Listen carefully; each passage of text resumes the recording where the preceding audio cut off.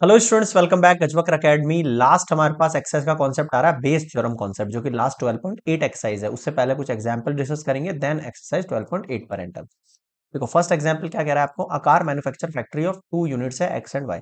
Plant X manufacture से 70% of the cars आती हैं और वाई से मैन्युफैक्चर 30%। सबसे पहले हम यहाँ पर लेट कर देते हैं अपने इवेंट्स को। ई1 ई1 एक इवेंट मान रहा हूं मैं। कार मैन्युफैक्चर्स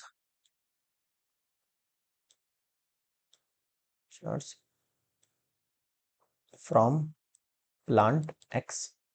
ई2 में एक इवेंट मान रहा हूँ, जिसको मैं बोल रहा हूँ car manufactures from plant Y. और थर्ड जो मेरा केस है वो है ए। ए कौन सा केस है भाई? जो चीज फाइंड करनी है standard quality, what is the it come from x. यानी कि जो कार चूज हो रही है वो एक स्टैंडर्ड क्वालिटी की हो, यानी कि यहाँ पर chosen car is of standard quality. इसकी है स्टैंडर्ड क्वालिटी। तो इस तरीके से मेरे पास तीन केस बन के आ गए। आया समझ में कुछ? अब देखना प्रोबेबिलिटी फर्स्ट केस से।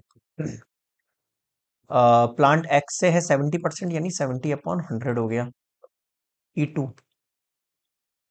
30/100।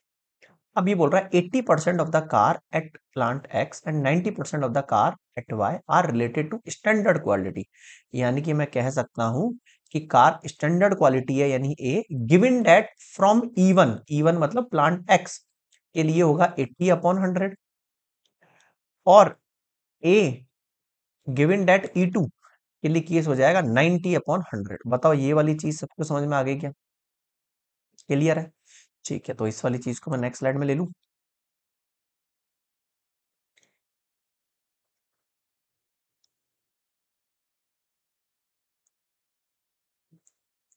ये है ना, यहां तक आके क्लियर। अब जो चीज फाइंड करनी है उसे देखना। ये बोल रहा है आपने कार चूज करी और वो स्टैंडर्ड क्वालिटी की है, वो स्टैंडर्ड क्वालिटी की है।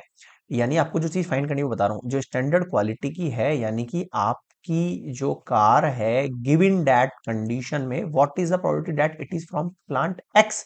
यानी जो फाइंड करता है वो चीज हमेशा ऊपर आती है, और जो गिवन चीज होती है वो हमेशा नीचे आती है।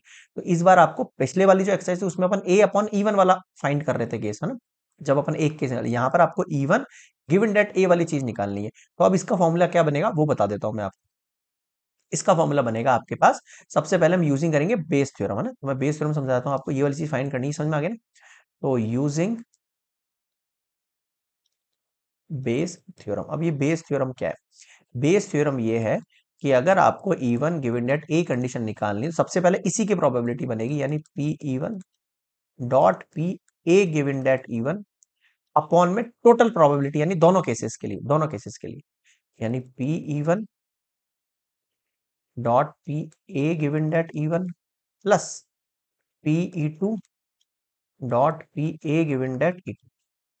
आया कुछ समझ में?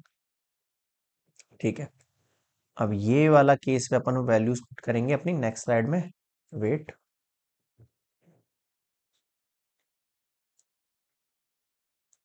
Okay okay okay okay okay, ठीक है।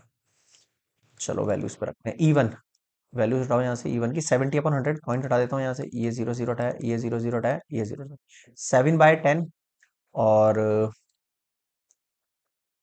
Multiply given added 8/10 upon 7/10, 8/10 plus 3/10, 9/10। Got it? 56/100, 56 plus 27/100 cancel out. 56/56 plus 27 कितनी हो गई वैल्यू? ऊपर 56 आ गया, नीचे 56 प्लस 27 यानी कि 83। This is your required probability. अब बताओ क्या समझ में आया?